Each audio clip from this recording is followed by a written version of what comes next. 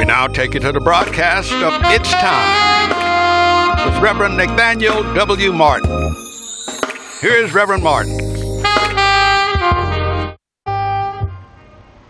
Thank you, Dr. Blackwell. Let me say my name is Reverend Nathaniel Wayne Martin. I'm the pastor of the New Life Institutional Baptist Church here in the city of Los Angeles, where we are beginning to get a level of vaccinations sufficient for us to feel a little bit better about coming out.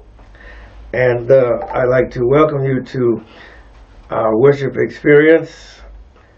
We're located at 8916 South Main Street, and we are worshiping with our sister church, the Shiloh Missionary Christian Church, in the same building. And we're two congregations at the same location, worshiping at the same time. No, we don't split it up because God's people need the fellowship and need the communion of being among the saints. And they always say when the Baptists and the Charismatics get together, there's always going to be a shouting in the camp.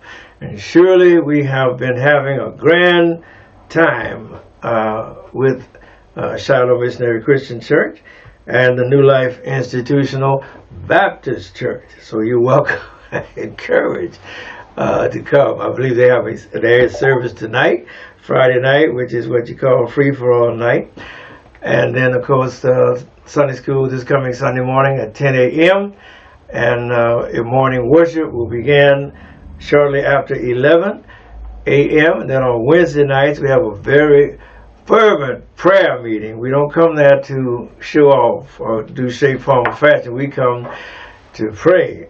And with all of the horrible things that are occurring in our city, our county, our state, and our country, we need to be fervent and sincere in our prayers. So you're welcome to come and pray along with us and let God hear our voices lifted up in prayer together. The offering that you are viewing or listening to, as the case may be, regardless of the time of day, is entitled It's Time.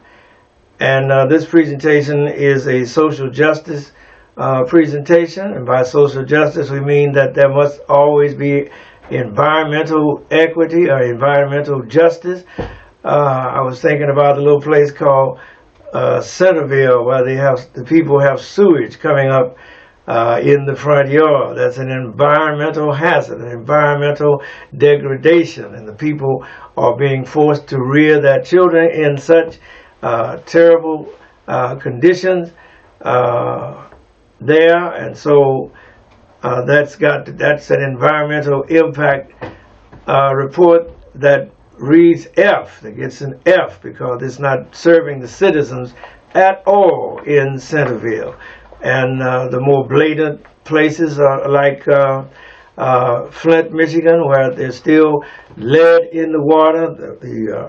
The plumbing has not been repaired, and the people are still getting water out of the polluted river than out of the Great Lakes, where they were getting the water before. And those are just two of the more blatant and salient evidences and or examples of environmental injustice that are being visited upon the poor, predominantly black communities, which have been put in those positions because historically the black community was put down in the bottoms, with the other nationalities being in, well, they say the privileged groups being on the high ground, the upper ground, and you know everything rolls downhill.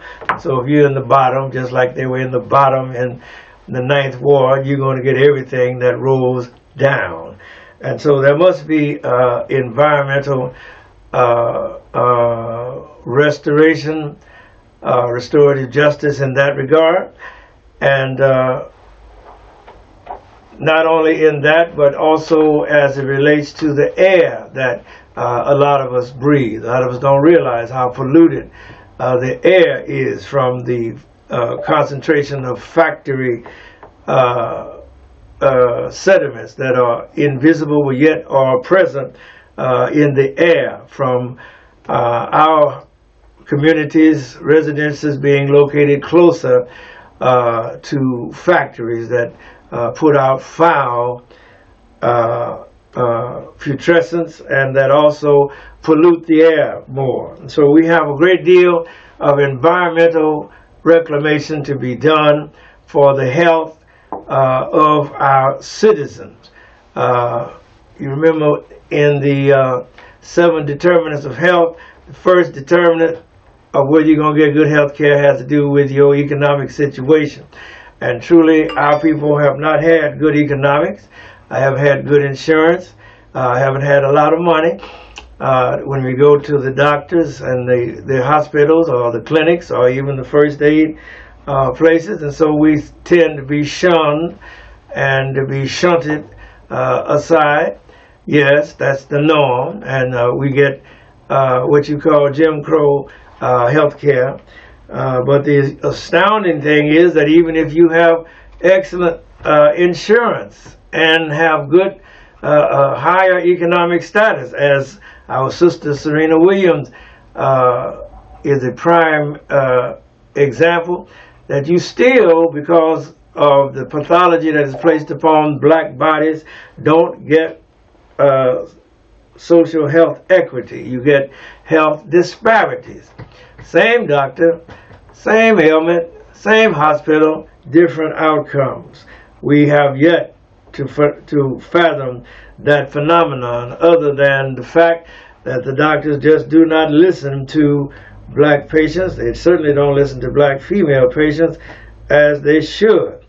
Our reparations scripture is taken from Deuteronomy chapter 15, beginning with verse number 12, and a few of the following verses, which says, "And if thy brother an Hebrew man or an Hebrew woman be sold unto thee and serve thee 6 years, then in the 7th year thou must let him or her go free from thee.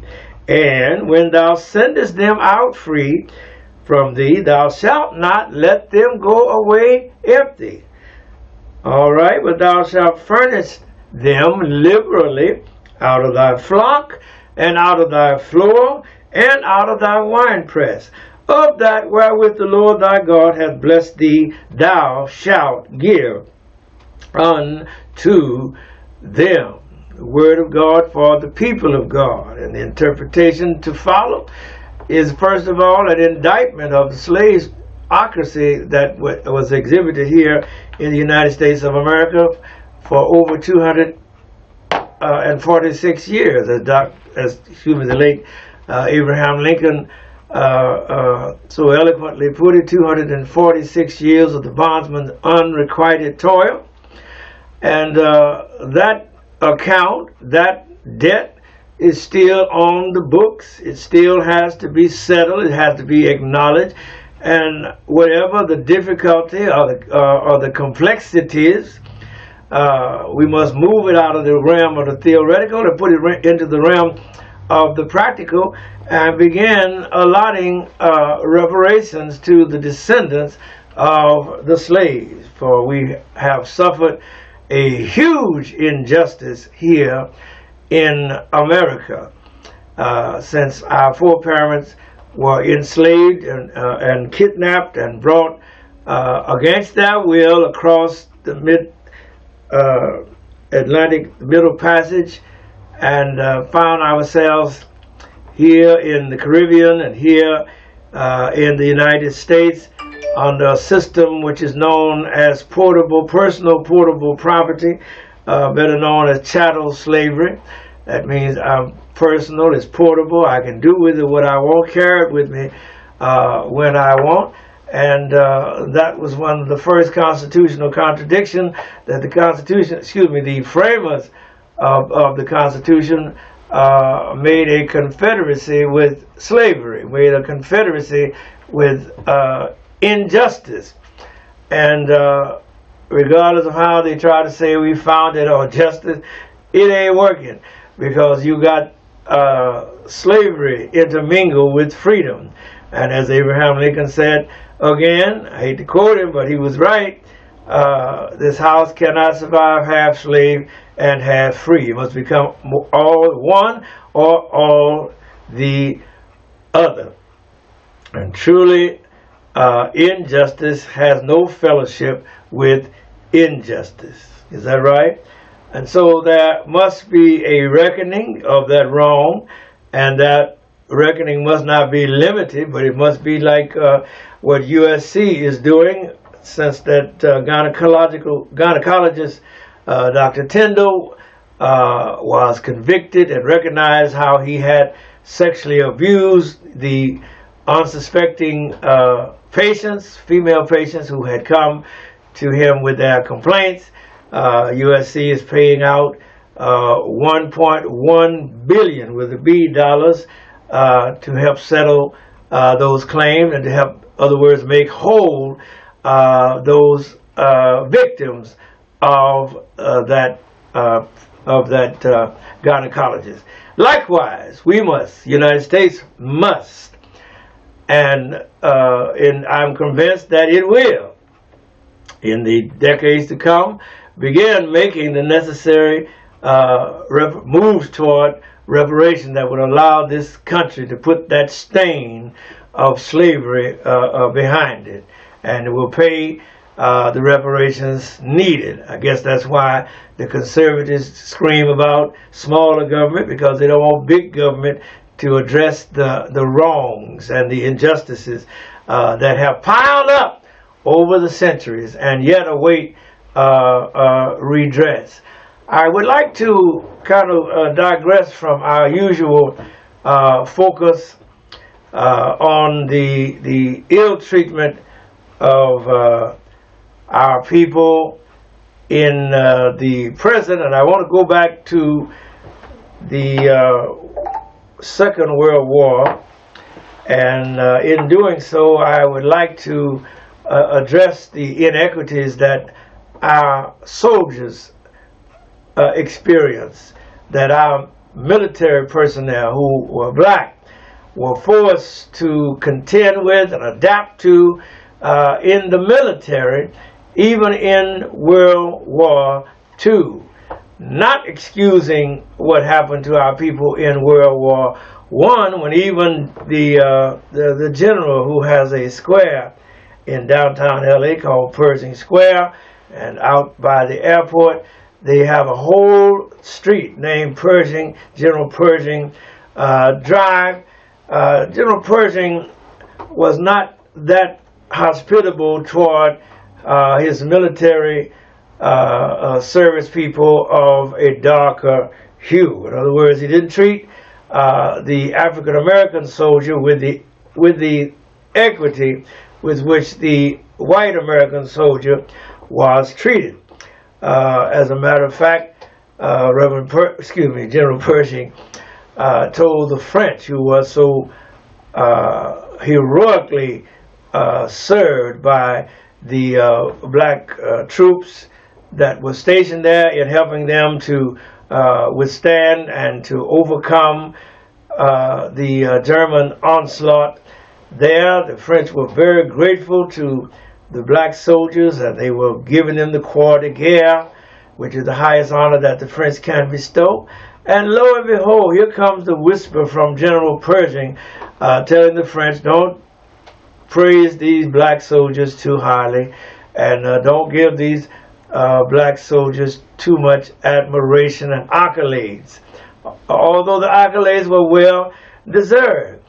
That was because that in the United States, the black man, black woman, and therefore the black soldier, regardless of what branch of the service you worked in, or how valiantly or heroically you worked, you just were not appreciated by the United States government as a soldier. And truly, when it came down to World War II,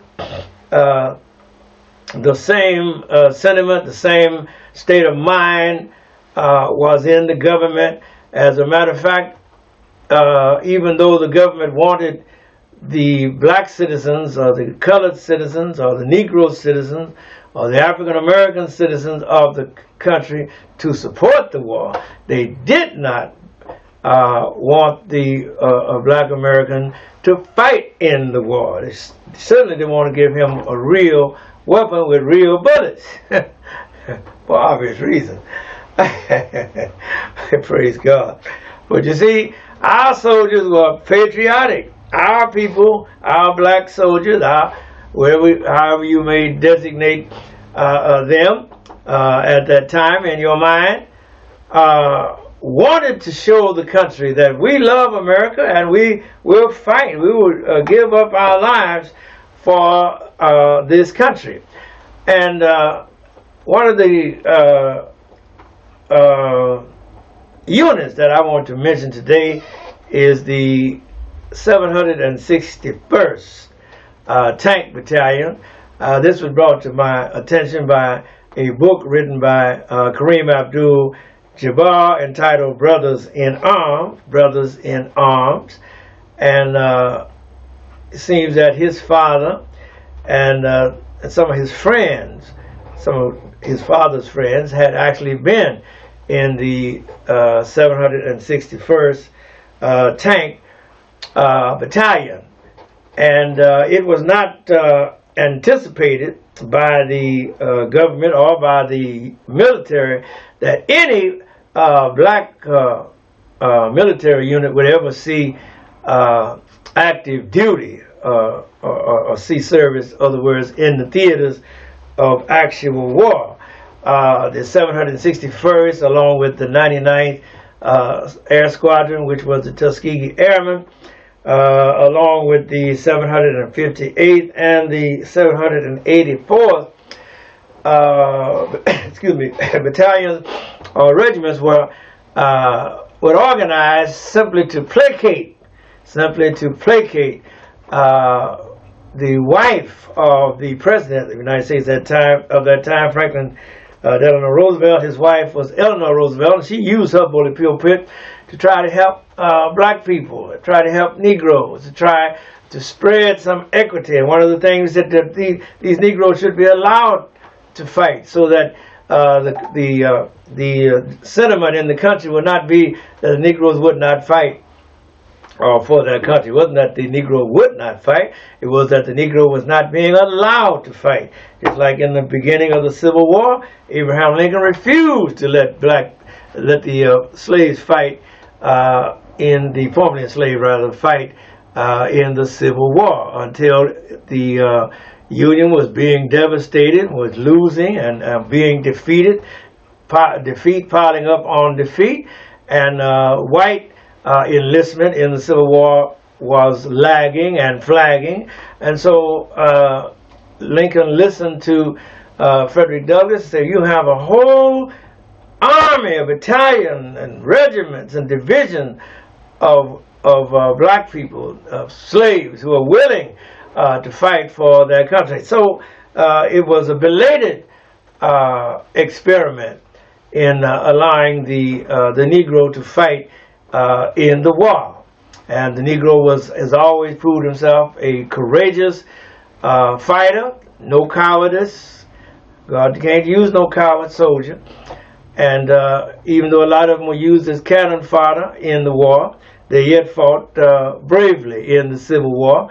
And that continued on through the First World War, and yes, it continued on in the Second World War. And the 761st Tank Battalion in 1944 was finally given orders to get ready to go overseas. And after having endured all manner of racial hatred and racial segregation in the cities or the states where they had undergone their training, one that stands out is Killeen, Texas, where there was not one black person living in the city of Killeen, and the city of Killeen citizens were very hostile to black soldiers. Matter of fact, Black soldiers didn't dare come off of the fort, didn't dare leave the fort or the military reservation to go to take liberty in Killeen because of the racial hostility that they met there from the white citizen. But I wanted to address to you that the 764th Tank Battalion distinguished itself when it was finally given a chance to fight overseas. They joined General George Patton's Army, the 3rd U.S. Army, as it was called. And Patton addressed them and said, remember that your race is watching you, and they want you to do good, and I'm watching you, and I don't want you to let me down. And believe me, the 761st distinguished itself over and over again, all through the Rhineland, all through the Battle of the Bulge, and all through the final days of World War II. As a matter of fact, one of their number received the Medal of Honor, Mr. Rubin Rivers, Staff Sergeant Rubin Rivers, although because of prejudice and race hatred, his papers were lost for 50 years. Finally, under President Bill Clinton, he was posthumously presented with the Medal of Honor, and his sister, Sister Woolfolk, was there to receive that Medal of Honor in his stead for the family.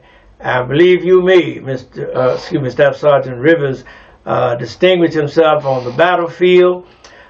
He was a staff sergeant in a tank platoon, and he heroically stood up to the enemy, and under fire he got out of his tank when it was disabled, and was able to put a tow line to another tank in order to pull his tank out of the trap that it had gone into.